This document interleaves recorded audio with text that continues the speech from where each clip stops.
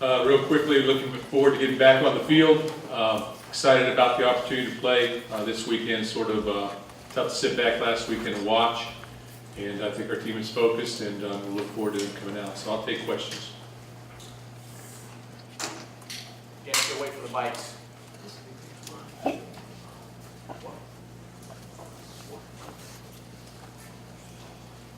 Mark, Not on.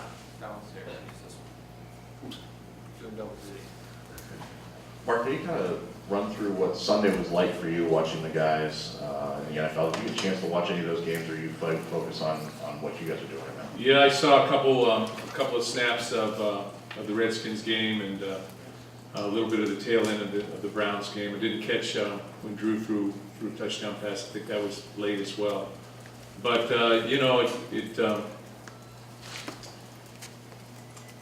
from a Spartan standpoint, you got three guys playing in the NFL who lead their teams to victory on Sunday at the highest level, and I think that's a statement of Michigan State football.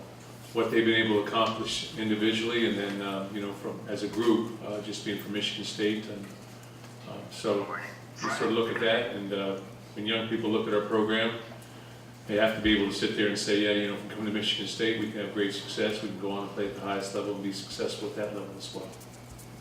Mark, Pat said that when they get to game time, he'll expect some changes on the depth chart. Do you expect that there'll be many changes on the depth chart by the time we get to game time on Saturday? Not too many, no. No. I think the younger players are going to play. We're going to give players more opportunity to play. I'm not sure that they're going to be in the starting positions, but they're going to have opportunities to play more often. I think sometimes, you go into the game and always talk about how you're going to play the players, but you get into the game itself, and you're a little, especially in a big game like the Oregon game, you're a little bit leery to go in a different direction, just to give somebody a break, because you think that maybe there may be a breakdown of but I anticipate younger players playing. Some of our redshirt freshmen, some of our freshman guys playing, especially on the defensive side of the ball, and should be a good football game. Mark, I know last year after you had the Notre Dame loss with the week off, it was the Big Ten opener coming up. Is there anything you do differently this week or this time around? Not to overlook Eastern, but just to make sure guys are staying focused and not looking past them. Well, we didn't win on the last time we came out, so the focus is to win a football game. Eastern Michigan will come here. They have a lot of guys from the state of Michigan. Usually when you play in-state, you're gonna up your game a little bit. I think they put a premium on toughness at that in their program. I think Coach Creighton has done a nice job in terms of coming back and trying to restructure exactly who they are and build a reputation and build a identity. And I think toughness is on that landscape for them. He's the first head coach that has been hired there as an acting head coach since Jim Harkema. He brings an outstanding record in to Eastern Michigan. I think he was 31-9 maybe the last five seasons. So they're building something there. So as you go through the thing, you need to understand that everybody plays the game. It's about blocking, tackling, and getting people down, catching the football, running with the football, and whoever does that the best is usually going to win the football game. So I know that they're going to play hard. I understand the situation completely, but I know that they'll play hard. And when you turn on the film, that's what you see. You see guys playing hard. They may make some mistakes, but they play hard. Anytime you do that, you always have a chance. Mark, what's your evaluation of the running game through 2 games, and what needs to get better there? I think that first of all, it's a little bit skewed because in the first game it was 38-0 at half, and so we played with our younger players throughout the second half and keep it pretty basic. And then the second game, pretty balanced initially, and then we got into the fourth quarter and became more of a throwing game once it was established midway through the fourth quarter that we had to score and score quickly. So it's a little bit skewed a little bit, but I think we need to run the ball more effectively. However you say it, however we want to say it, we need to be balanced. And we're going to try and make sure that happens as we progress through the season. Mark, you said it was a tough day watching football Saturday. Would it have been easier had you won the week before? Does coming off a loss make it that much tougher? I think anytime that here we are at the beginning of the season with a bye after 2 games. That's very early in the process. And I think anytime that's happening, you want to play, you want to play football. So I think that we still would have been itching to play, I guess, a little bit, but you take it as it comes, you build on it, you try and use it for what it is, and you try and get better because of it. So I think that's what we tried to do. We want to be fresh, we want to be motivated to play, have great attention to detail, all those different things we talk about. And I think our players are. They had an opportunity, probably about 70 of our 105 players probably went home, had a chance to watch their high school football team on Friday night or Saturday night. And I think that was a positive. So they should be fresh. We'll go hard today and in preparation for Saturday's game, and we will not overlook anybody. So we'll come ready to play.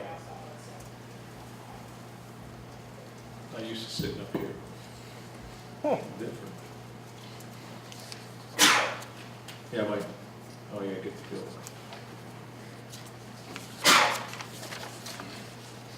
Coach, after the Oregon game, Coach Narduzzi said in hindsight maybe he should have left starters in longer against Jacksonville State, just to help season the team a little bit more. How much will that play? I disagree with that. It's 38-0.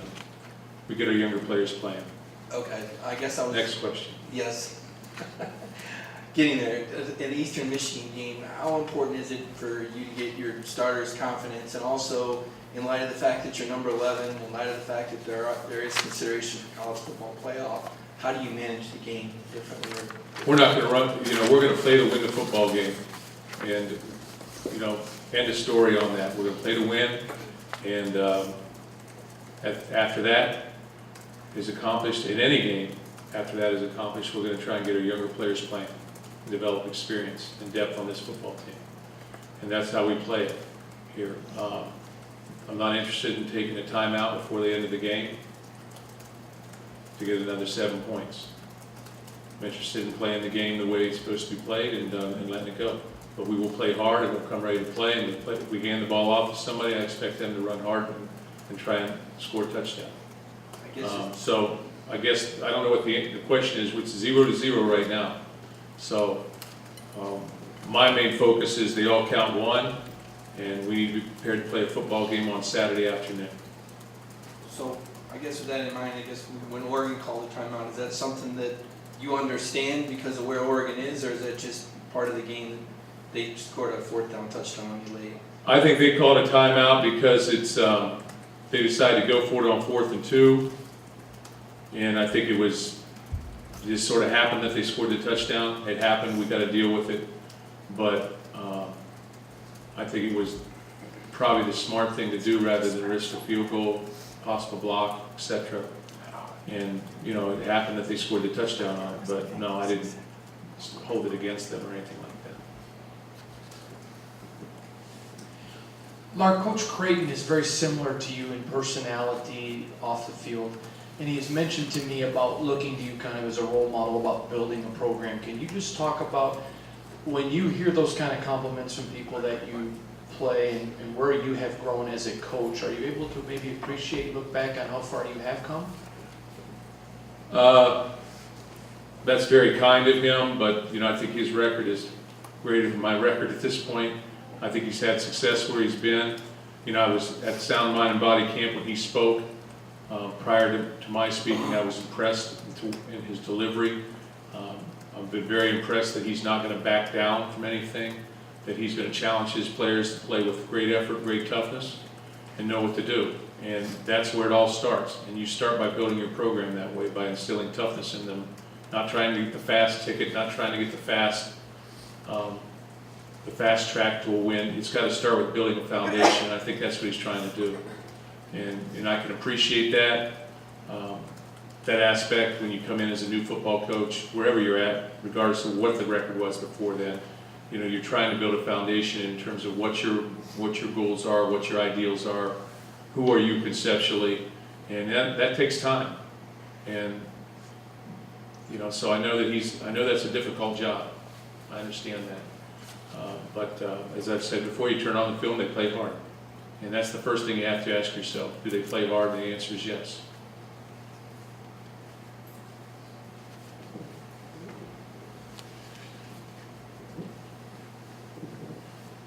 Mark, because of this factor that everyone in this room thinks you're gonna win by 45 points, you have to coach harder in a week like this, so that kind of mindset doesn't filter into your players. In 2012, we were down 7-6 at half. I think we were 30-point favorites. Our guys need to come ready to play. If there's a message out of this press conference, that would be the message. We need to come ready to play, need to be able to perform, and every time you step on the field, you know, you're competing against not just the opposing team, but you're competing against yourself, your attention to detail, your excellence, your ability to go take the next step as a player. We've got a lot of players who haven't played as much football, and they're playing in front of 80,000, 76,000 people or so. So, you know, there's going to be anxiety for everybody involved here. So you need to be able to build on that anxiety and use that to your advantage and be able to prepare yourself to play. So do you have to coach hard? Yeah, I always try and coach harder. I think you got to do that every game. You're really only as good as your last game, probably, huh? So.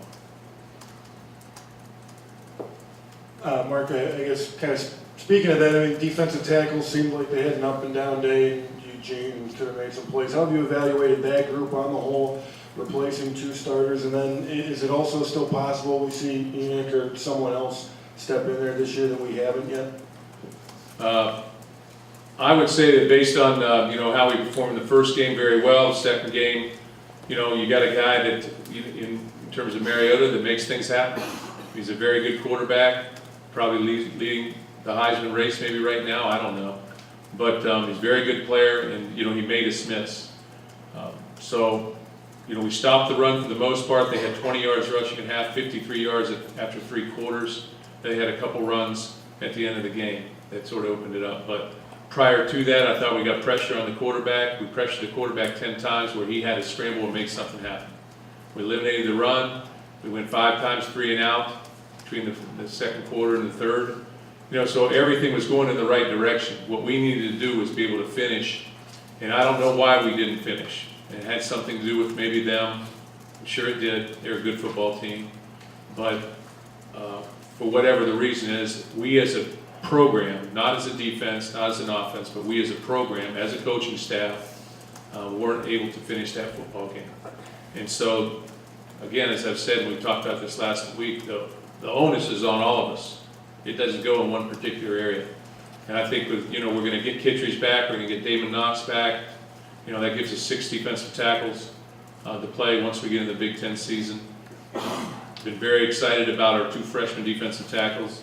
We'll probably redshirt the other 2, but I'm very excited about those guys as well. And, Joel Heath and LT have been solid players for us. They're athletic, they're big. Well, we're 2 games in, so it's really hard to evaluate where we are as a team 2 games in. But I think we have the makings of a very good football team. But again, we're going to have to see as we move forward. When do you think Knox will be back? Am I talking about injuries? Well, you said he'd be back. He'll be back. By Big Ten, it sounded I like? think so. I think so. Mark, when you go back to the running game a little bit, when you try and blend in some young guys, when you have some veterans like Nick and Jeremy, how critical is a game like this for them to get carries, and not only for this season, but moving forward in their careers? Well, I think it's critical for young players to get confidence, and the only way you give them confidence is by having good things happen on game day. You can get X amount of confidence in practice, but that has to transfer to the game field. When you do have experiences on game day, it just makes you more confident, makes you more positive, allows you to, I think, go farther. So yeah, it's important for Delton Williams to get the ball. It's important for Gerald Holmes to get the ball. And if we ever decide to take the red shirt off of Madre, and I don't know that we won't. It just really depends on how everybody else is playing, and injuries, things, and those type of things. But we'll see what happens.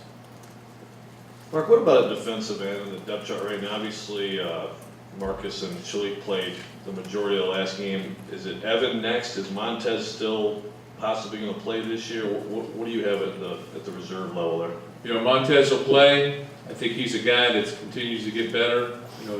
You know, he came here, I think, 212 pounds, now he weighs about 240. So he's about 6'6". He's active. I think we've got to continue to work with Evan Jones, Demetrius Cooper.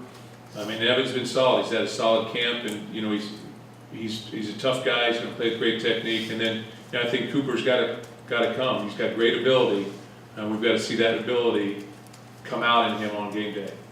But again, he's a redshirt freshman. And if you think back to Shalik when he was a redshirt freshman, you know, playing behind, I think, William Golston and maybe Marcus Rush at that time, even.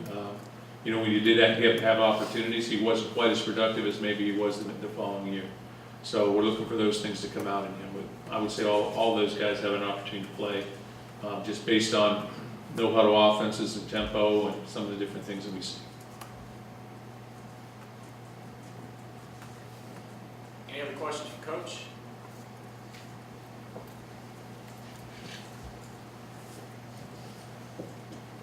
Coach, on the punt return, it looks like the gunners are beating your guys outside. You've got some good athletes out there. Is that something that you've put emphasis on, or is that just going up against superior athletes at Oregon? Well, we got to eliminate the gunners. You know, when they do spread them out, you know, we want to get the ball in McGarrett King's hands and get it moving, you know, north. But they beat our guys, you know, so it's tough when you go out there and they got a two-way go. You got to take away the inside, and then they get on top of you and stack you. But they did beat our guys. When you go out and double them, then you're short inside. So, you know, our goal is always to make sure there are no penalties on the punt return team, make sure we get the ball back, make sure there are no fakes. So those are our goals. Anything beyond that, you know, is a positive. We've got the ability to break it. He will break one because that's the type of ability he has. But our priorities are going to remain intact. We're not going to have the ball faked against us and all that type of thing. We want to get the ball back and not have a bad situation. And then to follow up, I was on the internet and Rick Neuheisel was talking about Oregon out scheming you, and he pretty much showed a pick play. The difference between a pick and a rub, could you explain that? What makes a play a legal rub versus an illegal pick, and by definition, and is that something you think you're going to have to be prepared for more this season? Yeah, I guess a rub is one that's not called and a pick is one that's called. I guess that would be the difference. But, you know, I don't think there's any question they rubbed us on the one on Darian Hicks. And, you know, he came clean. But that's something that we work on, something we practice, and you got to be able to get over on it. And there's some things that we can do to alleviate that situation, which should have been done in that situation. And then the other one, we just blew the coverage. The other one, which was, I don't know that it's scheme, it was an inadvertent pick, I think, is when they came off the tight end. Maybe they were trying to rub there, but the tight end got knocked down and he knocked our corner down.